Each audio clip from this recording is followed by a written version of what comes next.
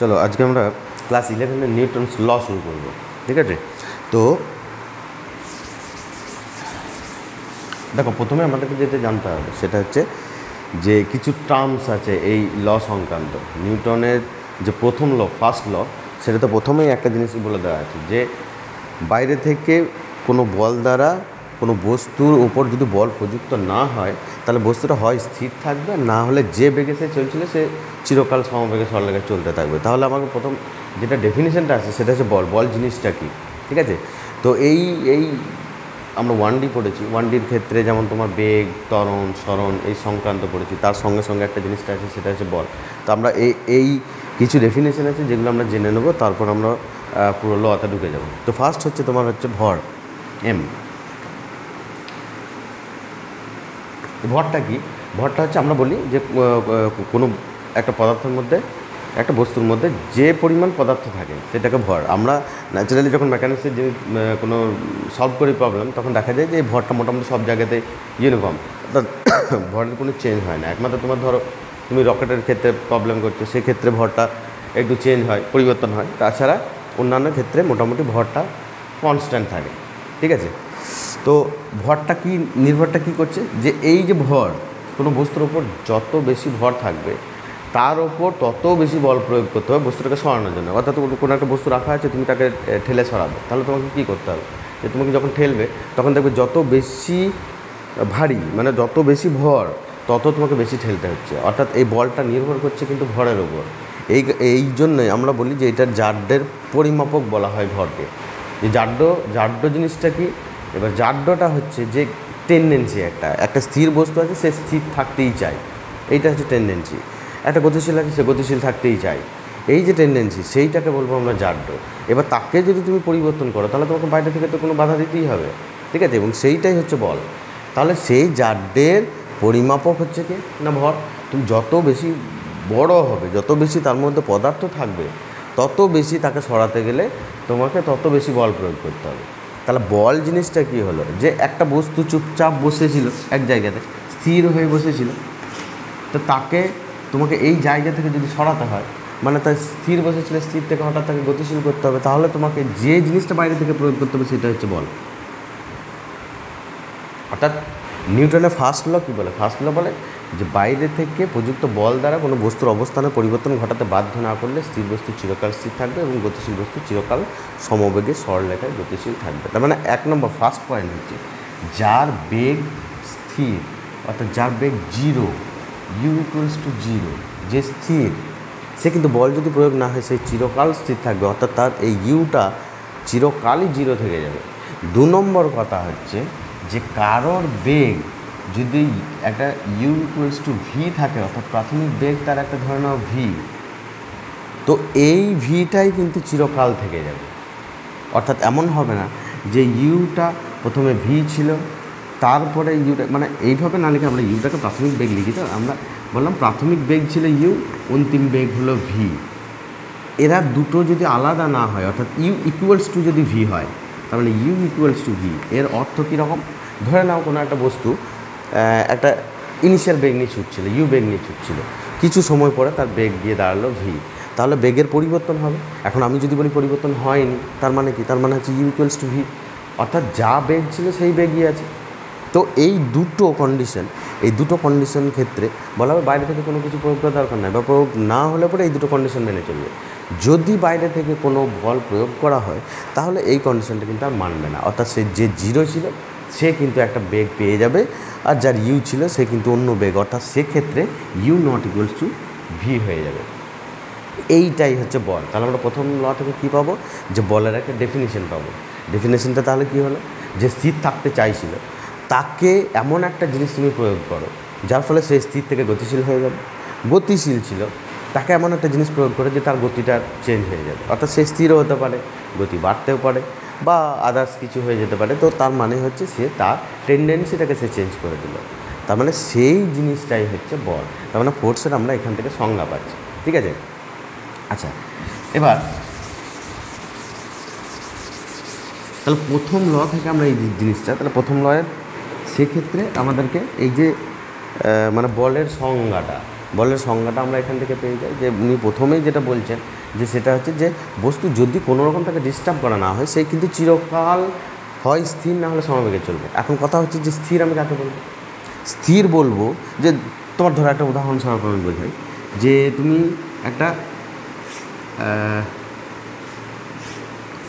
তুমি ধরো একটা ব্যক্তি একটা কোনো গাড়িতে চলছে ভি বেগে, তাহলে আমি কি বলবো যে এই গাড়িটা যদি ভি বেগে চলে, তার মানে এর ভেতরে যে ব্যক্তিরা বসে আছে তারা কিন্তু ভি বেগে গতিশীল। এখন তুমি আরেকজন একটা ব্যক্তির কথা চিন্তা করো যে তার পাশাপাশি বসে আছে, তাহলে দুজনের বেগই হচ্ছে ভি, ঠিক আছে? এবার আমরা যদি এই ভেতরের সিস্টেমটা কথা বিবেচনা করি, তাহলে বলবো এই ব্যক্তির সাপেক্ষে এর বেগ কত? দুজনের বেগ যদি ভি হয়, তার মানে একজন আরেকজনের থেকে বেশি বা কম নেই, তার মানে হচ্ছে একজনের সাপেক্ষে আরেকজনের বেগ 0, অর্থাৎ সে স্থির। তাহলে স্থিরটাকে আমি ডিফাইন করবো কী করে? স্থির বলবো যে যে জায়গাতে ছিল সেই জায়গাতে আছে। তাহলে তোমাকে প্রথমেই একে ডিফাইন করতে গেলে একটা কোনো দর্শক লাগবে যার সাপেক্ষে তুমি বিবেচনা করবে। তাহলে এখানে আমি যেমন এই দুটো ব্যক্তি বা বস্তু গতি আমি বিবেচনা করলাম, তাকে স্থির বললাম, সেটা একজনের সাপেক্ষে আরেকজনের। গতিটাকেও আমরা ঠিক স্থিরের সাপেক্ষে ব্যাখ্যা করি, অর্থাৎ তোমাকে যখনই গতি এবং স্থিতি এগুলো ব্যাখ্যা করতে হবে, সঙ্গে সঙ্গে একটা নির্দেশতন্ত্রকে আমাকে বেছে নিতে হবে, একজনের সাপেক্ষে আমাকে নির্বাচন করতে হবে, ঠিক আছে? তো যাই হোক, আমরা সেই নির্দেশতন্ত্র আমরা 1Dতে পড়েছি, সেই সম্পর্কে মোটামুটি আমাদের আইডিয়া আছে যে নির্দেশতন্ত্র জিনিসটা কী, আমরা কীভাবে নির্দেশতন্ত্র বেছে নিই, তো সেই সংক্রান্ত পড়েছি। এখানে আর বেশি কিছু বলার নেই, শুধু এটুকুই হচ্ছে যে নিউটনস ল প্রথম বলেন যে যদি কাউকে ডিস্টার্ব করা না হয়, সে যেমন আছে তেমনই থাকবে। অর্থাৎ কেউ যদি গতিশীল হয়, সে কিন্তু চিরকাল সমবেগে গতিশীল থাকবে। তার মানে তোমার ধরো সূর্যের চারপাশে পৃথিবী ঘুরছে, তার কিন্তু একটা নির্দিষ্ট দ্রুতিতে ঘুরছে, এই দ্রুতিটা চিরকাল কিন্তু এইভাবে ঘুরতে থেকে যাবে, অর্থাৎ এর কোনো পরিবর্তন হবে না। তার কারণ এখান থেকে বাইরে কোনো বল প্রয়োগ করা হয়নি। এখন দেখো, যদি একটা আমি ধরেই নিলাম যে একটা পৃথিবী জন্ম হলো, ধরো সাপোজ আমি এই ঘূর্ণনটা একটু ব্যাখ্যা করে দিই, তাহলে বুঝতে পারবে যে ধরো যে পৃথিবীর জন্ম হলো, পৃথিবী এখন ভি বেগে ছুটতে শুরু করলো, তার মানে যেহেতু তাকে বাইরে থেকে কোনো বল প্রয়োগ করা হচ্ছে না, তার মানে সে চিরকাল ভি বেগে ছুটতে শুরু করবে। এখন সূর্য তার পাশেই ছিল, তার ভরটা অনেক বেশি এবং সে তাকে আকর্ষণ করবে, যখনই আকর্ষণ করবে তখন কী করবে, সে এইরকমভাবে গতিপথটা চেঞ্জ করে দেবে, আবার সে কন্টিনিউ আকর্ষণ করে যাচ্ছে, কন্টিনিউ সে এরকম করে ঘুরছে। তুমি এইভাবে যদি দেখো, তার মানে তুমি দেখতে থাকবে যে আলটিমেট সে কিন্তু বৃত্তপথে ঘুরছে। অর্থাৎ বৃত্তপথে ঘোরার জন্য তাহলে আমি কী বলবো, যে এইরকমভাবে এগুলো ছোটো ছোটো করে ভাবলে পরে আমরা কী পাবো, যেটা একটা কমপ্লিট বৃত্ত পাবো। অর্থাৎ এই বৃত্ততে যখন ঘোরে, তার মানে তার দ্রুতিটাও কনস্ট্যান্ট, ঠিক আছে? এবার এই রকমভাবে আমরা বলবো যে কোনো বস্তু যদি সমদ্রুতিতে চলে, তাহলে সে চিরকাল সমদ্রুতিতে চলতে থাকবে, অর্থাৎ কোনো দিকেও। এবং আরেকটা হচ্ছে সরলরেখায় চলবে।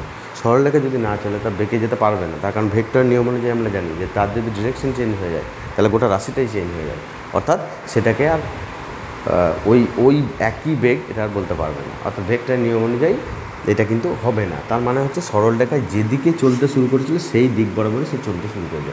অর্থাৎ তার বেগ ছিল ধরে নাও ভিটা এরকম একটা নির্দিষ্ট ডিরেকশনে চলবে।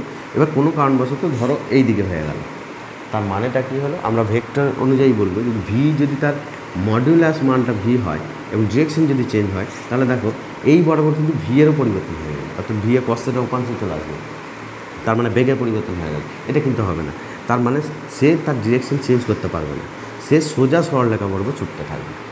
তার মানে হচ্ছে অন্তিম বেগ আর প্রাথমিক বেগ এদের মধ্যে কোনো পার্থক্য থাকবে না, একই থাকবে। তাহলে নিউটনস ফার্স্ট ল থেকে আমরা বললাম যে যদি কোনো বল প্রয়োগ করা না হয়, তাহলে স্থির বস্তু চিরকাল স্থির থাকবে, গতিশীল বস্তু চিরকাল সমবেগে সরলরেখায় গতিশীল থাকবে। এবং ভেক্টর অনুযায়ী আমরা একটা কথাই বলে দিতে পারি, সেটা হচ্ছে কারোর বেগ যদি ভি থাকে, তার মানে এই ভিটাই থেকে যাবে। এবার ধরো যদি 0 হয়, তাহলে 0 থাকবে, অর্থাৎ স্থির বস্তু চিরকাল স্থির থাকবে। যদি ভি থাকে, তাহলে ভি থাকবে, অর্থাৎ ডিরেকশনে চলবে না, সরলরেখায় চলবে এবং একই বেগে থাকবে। আর 2 নম্বর কথা হচ্ছে যে যদি এবার উল্টো দিকের কথা হচ্ছে, যদি ফোর্স প্রয়োগ করা হয়, কারোর উপর যদি ফোর্স প্রয়োগ করা হয়, তাহলে আমরা বলবো যে এটা চেঞ্জ করা যাবে। তাহলে চেঞ্জটা কীভাবে করা যাবে, যে স্থির বস্তুকে গতিশীল করে দেবে আর গতিশীলকে তার বেগের পরিবর্তন করে দেবে। তার মানে স্থির বস্তুকে গতিশীল করো বা গতিশীল তার বেগ পরিবর্তন করো, তার মানে এটাই যে সেটা হচ্ছে যে ইউ প্রাথমিক বেগ ছিল, সেই বেগটা হয়ে দাঁড়ালো ভি, অর্থাৎ বেগের পরিবর্তন হয়ে গেল। তো এই বেগের পরিবর্তন, তার মানে আমরা বলতে পারবো, জাস্ট এক মিনিট, হ্যাঁ, তো যেটা বলছিলাম একটু ডিস্টার্ব হয়েছিল, তো তার মানে হচ্ছে নিউটনের ফার্স্ট ল থেকে আমরা যেটা পাচ্ছি সেটা হচ্ছে বলের একটা ডেফিনিশন পাচ্ছি এবং বল কী কাজ করে সেটা দিচ্ছি। এই যে পরিবর্তনটা ঘটিয়ে দিল, ইউ বেগ ছিল, বল প্রয়োগ হওয়ার সঙ্গে সঙ্গে তার বেগ দাঁড়ালো ভি, অর্থাৎ বেগের পরিবর্তন হয়ে গেল। তার মানে আমরা যদি ইউটাকে 0 বলি, স্থির বলি, এবং ভিটা কিন্তু 0 হবে না, তার মানে যখনই বল প্রয়োগ হবে তখনই তার বেগের পরিবর্তন হবে। তো এইখান থেকে আমার বলের ইকুয়েশনটা চলে আসবে, এবং ইকুয়েশনটা তখন কী হয়েছে না, নিউটন যখন সেকেন্ড ল দিচ্ছেন, সেই সেকেন্ড লয়ে তিনি সেটা বর্ণনা করছেন যে ভরবেগের পরিবর্তনের হার প্রযুক্ত বলের সমানুপাতিক। এখন এইখানে যে টার্মটা আছে সেই টার্মটা হচ্ছে ভরবেগ। দেখো, ভরবেগ বলতে কী বোঝায়, অর্থাৎ পি। ভরবেগ মানে হচ্ছে একটা রাশি, যে রাশিটা ভর এবং বেগের গুণফলের সঙ্গে সমান। M into v equals to আমরা লিখি এম ভি। এইটাকেই মূলত ভরবেগ বলা হয়, অর্থাৎ কোনো বস্তুর এই রাশিটার উপর অনেক কিছু নির্ভর করে। যে আমরা যে ভরবেগ কথাটা বলছি তার মানে যে p equals to m v, এইটা ভরবেগ রাশি, এবং এটা অবভিয়াসলি একটা ভেক্টর। তার কারণ হচ্ছে তুমি দেখো ভরটা স্কেলার হয় এবং ভিটা অবশ্যই ভেক্টর, তাহলে একটা ভেক্টরের সঙ্গে যখন স্কেলার গুণ হবে তখন যেটা পাবো সেটা হচ্ছে ভেক্টর। তার মানে আমরা ভরবেগকে সবসময় একটা ভেক্টর হিসেবে প্রকাশ করব, ঠিক আছে। তো দেখো নিউটনের সেকেন্ড ল তাহলে কী বলে, সেকেন্ড ল বলে যে ভরবেগের পরিবর্তনের হার প্রযুক্ত বলের সমানুপাতিক। অর্থাৎ আমরা যদি ডেরিভেশনের ভাষায় বলি, তার মানে ডিডিটি অফ পি, ভরবেগের পরিবর্তনের হার প্রযুক্ত বলের সমানুপাতিক এফ। অথবা তুমি নর্মালি যদি বলো, আমি ধরে নিলাম ইউ প্রাথমিক বেগ ছিল, বল প্রয়োগ হলো টি সময় ধরে এবং তার বেগ গিয়ে দাঁড়ালো ভি। প্রথমে বেগ ছিল ইউ, টি সময় ধরে বল প্রয়োগ করা হলো এবং তার বেগ হলো বি। তাহলে ভরবেগ, তার ভর যদি এম হয় তাহলে প্রাথমিক ভরবেগ কত, এম ইউ, অন্তিম ভরবেগ কত, এম ভি। তাহলে ভরবেগের পরিবর্তনের হার, তাহলে প্রথমে ভরবেগের পরিবর্তন কত, m v minus m u, পরিবর্তনের হার, হার মানে হচ্ছে সময় দিয়ে ভাগ, পরিবর্তনের হার প্রযুক্ত বলের সমানুপাতিক। বোঝা গেল? তাহলে আমরা বলবো যে ভরবেগের পরিবর্তনের হার প্রযুক্ত বলের সমানুপাতিক, ভরবেগের পরিবর্তনের হার প্রযুক্ত বলের সমানুপাতিক। এখানে পি না দিয়ে এফ। এবার যেহেতু এখান থেকে ডেফিনিশন থেকে সূত্রটাকে তৈরি করা হচ্ছে, সেই কারণের জন্য এর যে ভেদের নিয়ম অনুযায়ী এটাকে সমান করে একটা কে আছে, সেই কেটাকে 1 করে দেওয়া হয় এবং হিসাবে লেখা হয় যে F equals two DDT of P, অর্থাৎ ডিডিটি অফ এমভি। এদিকেও আমরা লিখবো ওই একই রকম, সমানুপাতের ধ্রুবকটাকে 1 করে দেবো, দিয়ে লিখবো f equals to mv minus mu divided by t. তাহলে এইটা গেল দ্বিতীয় সূত্র। তাহলে দ্বিতীয় সূত্র থেকে মূলত আমরা কী পেলাম, মূলত পেলাম যে তার ইকুয়েশন পেলাম, একটা ফোর্সের ইকুয়েশন পেলাম। যে ফোর্সের ইকুয়েশনটা বলছি যদি এফ 0 হয়ে যায়, তাহলে দেখো এফ 0 হওয়ার অর্থ হচ্ছে MV minus mu equals to 0, অর্থাৎ এমভি ইকুয়ালস টু এমইউ, মানে ভর বেগের কোনো পরিবর্তন হচ্ছে না।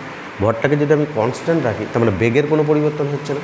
বেগের পরিবর্তন না হওয়ার মানেই হলো নিউটনের ফার্স্ট ল, যেখানে তোমাকে বলা হয়েছে যে বল যদি প্রয়োগ না হয় তাহলে স্থির বস্তু চিরকাল স্থির থাকবে, গতিশীল বস্তু চিরকাল সমবেগে সরলরেখায় গতিশীল থাকবে। তাহলে দ্বিতীয় সূত্র থেকে আমরা প্রথম সূত্র, অর্থাৎ দ্বিতীয় সূত্রটাই মেন। এখন প্রথম সূত্র দরকার কেন পড়লো, তার কারণ বলটা আমি হঠাৎ করে কোথা থেকে পাবো।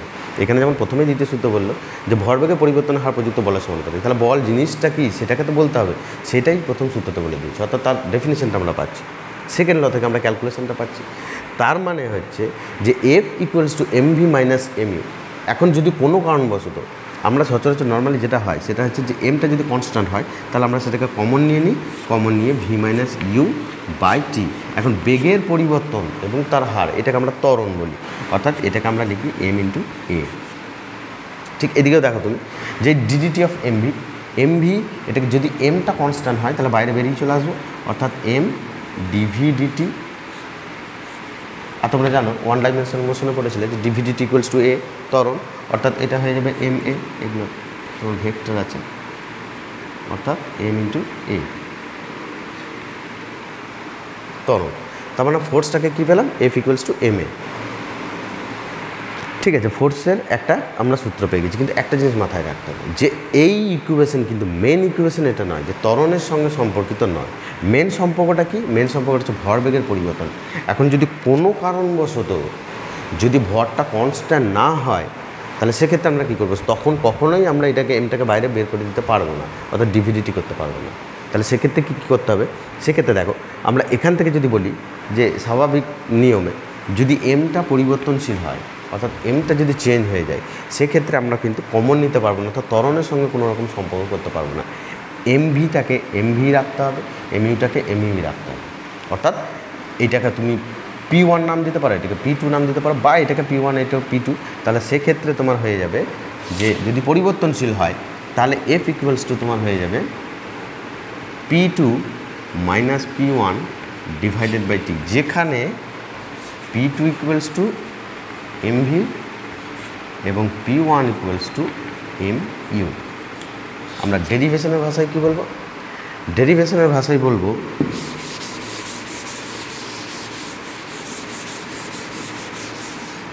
যে F equals two DDT of MV.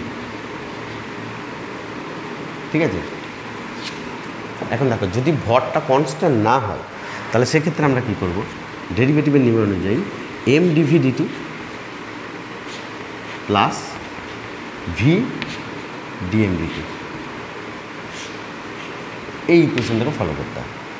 সোজা কথা হচ্ছে এইটাকে তো আমরা একটা ভেক্টর হিসেবে ধরেই নিতে পারি যে এম ডিভিডিটি, এইটাকে আমরা একটা স্কেলার হিসাবে ডিএমডিটি, এটা ভরের একটা মানে সময়ের সাপেক্ষে একটা ভর ডিএমডিটি ইন্টু ভি প্লাস এম ডিভিডিটি,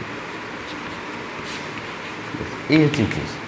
যদি এম কনস্ট্যান্ট না হয় তখন এরকম, আর যদি কনস্ট্যান্ট হয়ে যায় একদম সিম্পল, কনস্ট্যান্টের ডেরিভেটিভ জিরো, এই পার্টটা থাকবেই না, শুধুমাত্র এই পার্টটা থাকবে। অর্থাৎ সেক্ষেত্রে তুমি এটাকে বসিয়ে দিতেই পারো যে ডিএমডিটি ভি প্লাস এম ইন্টু এ, অর্থাৎ এই এক্সট্রা রাশিটা কিন্তু অ্যাড হয়ে যাবে।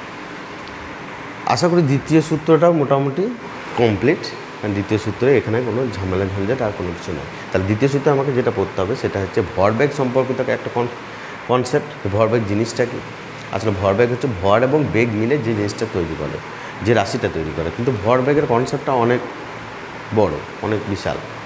তো কোনো বস্তু এমনও হতে পারে, ধরো তোমার ভরবেগ, তুমি ধরো কারো ভর কম, বেগ অত্যন্ত বেশি, এমনও হতে পারে তার ভরবেগ কিন্তু বেশি হবে। কারো ভর অনেক বেশি, বেগ সামান্য কম, তারও ভরবেগ বেশি হবে। উদাহরণ হিসাবে আমি বলি, যেমন ধরো তোমার অনেক বড় একটা পাথর সামান্য ঠেলে ঠেলে কারোর পায়ের ওপর যদি পড়ে যায়, গায়ের ওপর পড়ে যায়, তাহলে সে আহত হবে। ঠিক আছে, আবার দেখো কোনো একটা খুব ছোট্ট একটা বুলেট যদি খুব গতিবেগে আসে, তাহলে সে শরীর ভেদ করে দিয়ে তাকে আঘাত করতে পারবে। তার মানে হচ্ছে যে এই ভরবেগটাই এখানে প্রযোজ্য, ভরবেগটা যত বেশি হবে ড্যামেজটা তত বেশি হবে। তো ভরবেগ, এবং আমরা এই ভরবেগের সঙ্গে এখন তুলনা করে দিলাম যে তার ফোর্সটার সঙ্গে ভরবেগের সম্পর্কটা কী। ঠিক আছে, এবার মেকানিক্সে আমরা ক্লাস 11-এর ক্ষেত্রে যে মেকানিক্স পড়বো তাতে করে সমস্ত জায়গাতেই মোটামুটি ভরটা কনস্ট্যান্ট আছে। শুধুমাত্র রকেটের কিছু ক্যালকুলেশন আছে, সেখানে ভরটাকে কনস্ট্যান্ট রাখা হয় না। তার কারণ হচ্ছে রকেট সেইভাবে তৈরি করা হয় যে যত উপরের দিকে উঠবে আস্তে আস্তে তার গ্যাসগুলো তত ইজেক্ট হতে থাকবে, তার মানে তার টোটাল ভরটা কমতে থাকবে। সেক্ষেত্রে আমাকে এই ইকুয়েশন দিয়ে নিয়ে আসতে হবে।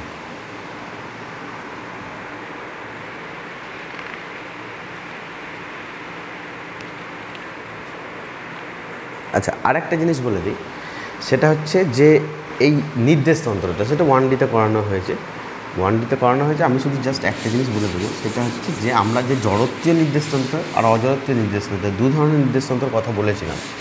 তো এই দু ধরনের নির্দেশতন্ত্র যে আসলে যখন ফোর্স প্রয়োগ হবে না তখন যে নির্দেশতন্ত্রটা থাকবে সেইটাই হচ্ছে জড়ত্বীয় নির্দেশতন্ত্র। আর যদি ফোর্স প্রয়োগ হয় তাহলে যে নির্দেশতন্ত্রটা থাকবে সেটা হচ্ছে অজড়ত্বীয় নির্দেশতন্ত্র। বোঝা যায় কী করে, মানে আমরা বুঝতে পারবো কী করে, বোঝার একটা খুব সহজ উপায় হচ্ছে যে তুমি ধরো একটা ট্রেনে যাচ্ছ কোথাও, ঠিক আছে, তোমার পাশাপাশি আর একটা ট্রেন চলছে। এখন তুমি কোনো কারণবশত ঘুমিয়ে পড়েছো, দিয়ে তোমার ঘুম ভেঙে দেখলে তোমার পাশেই একটা ট্রেন আছে, সেই ট্রেনটা পাশেই একটা ট্রেন দাঁড়িয়ে আছে তোমার পাশে, তুমি জানলার দিকে দেখছো একটা ট্রেন দাঁড়িয়ে আছে, তুমি ওখানকার লোকগুলোকে দেখতে পাচ্ছ। তুমি ঘুম থেকে উঠে কী মনে হবে যে আমরা দাঁড়িয়ে আছি, পাশের যে ট্রেনটা আছে সেও দাঁড়িয়ে আছে, চুপচাপ আছে। এবার কী হলো, তুমি অন্য জানলার দিকে তাকালে তখন দেখলে হঠাৎ করে না যে গাছপালাগুলো সরে সরে যাচ্ছে, তার মানে তুমি কি নিয়ে যাচ্ছ, পাশের যে ট্রেনটা সে সেম গতিবেগ নিয়ে যাচ্ছে, কিন্তু তোমার ফিলিংসটা কী হচ্ছে, তোমার ফিলিংসটা মনে হচ্ছে তুমি যেন স্থির আছো। অর্থাৎ সমবেগে গতিশীল কোনো বস্তু এবং স্থির বস্তু এদের দুজনের মধ্যে বেসিক্যালি কোনো পার্থক্য নেই, অর্থাৎ তুমি সেম ফিল করবে। আমরা পৃথিবীর ওপরে বসে আছি অথচ আমরা বুঝতে পারি না যে পৃথিবীতে রোটেট করছে, তার কারণ হচ্ছে কি পৃথিবী সমগতিতে চলছে। যদি সমগতিতে না চলতো আমরা কিন্তু বুঝতে পারতাম যে হ্যাঁ পৃথিবী ঘুরছে, যেহেতু সমগতিতে চলছে সেই কারণে যেন আমরা বুঝতে পারি না। অর্থাৎ একটা স্থির বস্তু আর একটা সমবেগে গতিশীল বস্তুর মধ্যে কোনো পার্থক্য নেই, দুটো সেম একই জিনিস। অর্থাৎ নির্দেশতন্ত্র এই কারণের জন্য জড়ত্বীয় অজড়ত্বকে আলাদা করে দেওয়া হয় যে আমরা যদি সমবেগে কোথাও চলতে থাকে, কোথাও যদি ত্বরণ না থাকে, তোমাকে ট্রেনের মধ্যে যদি বন্ধ করে রেখে দেওয়া হয়, চারিদিকটা যদি তাকাতে না দেওয়া হয়, তোমাকে যদি সমবেগে চলতে থাকে, তাহলে তুমি কখনোই বলতে পারবে না যে তুমি স্থির আছো না তুমি ট্রেনটা স্থিরভাবে দাঁড়িয়ে আছে কোথাও কোনো স্টেশনে নাকি ট্রেনটা চলছে, কখনোই বুঝতে পারবে না। একমাত্র বুঝতে পারবে যদি স্থির ছিল হঠাৎ করে চলতে শুরু করলো তখন তুমি বুঝতে পারবে, ঠিক আছে। অথবা সে চলছিল চলতে চলতে হঠাৎ করে তার বেগটা বাড়তে লেগে গেলো বা বেগটা কমতে লেগে গেলো, তখন তুমি বুঝতে পারবে যে হ্যাঁ ট্রেনটা চলছে, ঠিক আছে। তাছাড়া তুমি কোনোভাবে বুঝতে পারবে না। অর্থাৎ স্থির আর সমবেগে গতিশীল দুটো সেম। তাহলে আমরা নির্দেশতন্ত্র হিসাবেও এই যে জড়ত্বের নির্দেশতন্ত্রে একটাই নির্দেশতন্ত্র ধরি, মানে কোনো স্থির বস্তু এবং গতিশীল বস্তু এই দুটো সেম, শুধু অজড়ত্বের নির্দেশতন্ত্রটাই আলাদা, ঠিক আছে। তো অজড়ত্বের নির্দেশতন্ত্রে কী হয় না, এই যে বল প্রয়োগ হয়, বল প্রয়োগের ফলে ত্বরণ হয় এবং ত্বরণ সহ যে নির্দেশতন্ত্র সেটাকে আমরা বলবো। আর জড়ত্বের নির্দেশতন্ত্রের ক্ষেত্রে এসব কোনো ঝামেলা নাই, যে আমরা গোটা সিস্টেমটাকে যখন নিয়ে ক্যালকুলেশন করব তখন সিস্টেমের ক্ষেত্রে বলবো যে বাইরে থেকে কোনো ফোর্স আসেনি, তাদের নিজেদের মধ্যে বল এদিক ওদিক আদান প্রদান হয়েছে, ধাক্কা ধাক্কি এদিক সেদিক হয়েছে, আমরা ক্যালকুলেশন করে নিতে পারবো।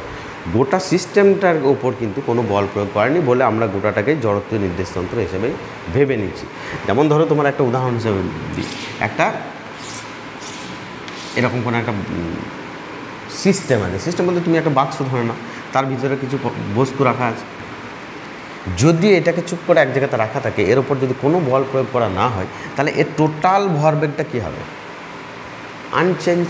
আমরা কি বলেছি, এফ ইকুয়ালস টু ভরবেগের পরিবর্তনের হারটা একটু আগেই বললাম যে ডিডিটি অফ এমভি। এখন এফ বাইরে থেকে কোনো বল প্রয়োগ করা হয়নি, তার মানে আমি কি বলবো এফ জিরো, তার মানে এমভি ইকুয়ালস টু কনস্ট্যান্ট, ভরবেগ যা ছিল তাই আছে। এখন এখানে ধরে নাও তুমি M1 ভর, এটা M2 ভর, এখানে M3 ভর, এখানে M4 ভর, এখানে M5 ভর, এরকম অনেকগুলো ভর আছে, তাদের প্রত্যেকটার এক একটা বেগ আছে। তাহলে টোটাল সেই বেগটা কনস্ট্যান্ট হবে। তার মানে কি একজন যদি আরেকজনকে ধাক্কা মেরেও দেয়, তার গতিবেগ যদি চেঞ্জও হয়ে যায়, তাহলে এই সবার মানে ভরবেগগুলো আবার যদি যোগ করা হয় তো সে আগেরটার সঙ্গে সমান হবে। বোঝা গেল? অর্থাৎ কোনো কারণবশত ধরো স্থির আছে, স্থির ছিল, তাহলে সবার গতিবেগ কিন্তু জিরো, তার মানে ভরবেগটাও জিরো। তাহলে যেহেতু বল প্রয়োগ করা হয়নি তাহলে অন্তিম অবস্থায় তার ভরবেগ হবে জিরো। এখন অন্তিম অবস্থায় ধরে নাও কোনো কারণবশত, আমি এতগুলো দিচ্ছি না, আমি শুধুমাত্র দুটো বস্তুর ক্ষেত্রে দিচ্ছি, ধরে নাও M1 একটা ভর আর M2 একটা ভর, এরা ধাক্কাধাক্কি করেছে নিজেদের মধ্যে, ঠিক আছে। তার ফলে দুজনে দুটো বেগ পেয়ে গেছে, তাহলে তো তাদের মধ্যে ভরবেগ আছে। আমি ধরে নিলাম যে এর বেগ হলো U1, এর বেগ হলো U2, M2 এর বেগ হলো U2, M1 এর বেগ হলো U1।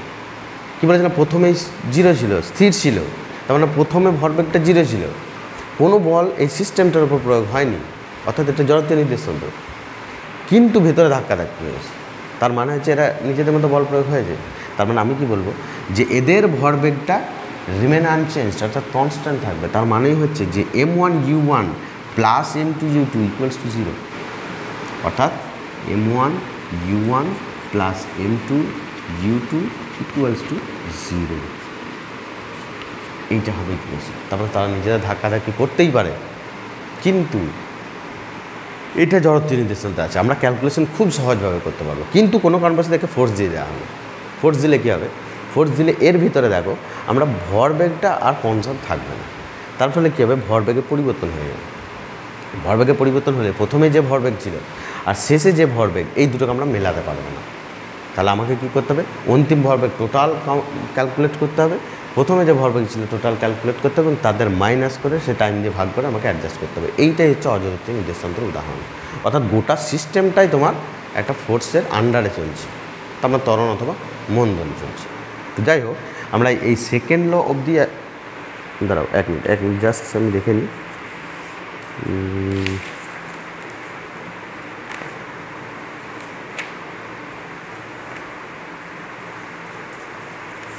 বেশ, ঠিক আছে, এই সেকেন্ড ল অবধি আপাতত আজকে থাক, তারপর থার্ড ল আলোচনা করব, এক এক করে সবগুলো দিয়ে দেবো, থার্ড ল আলোচনা করে তারপরে আমরা প্রবলেমের দিকে এগিয়ে যাবো।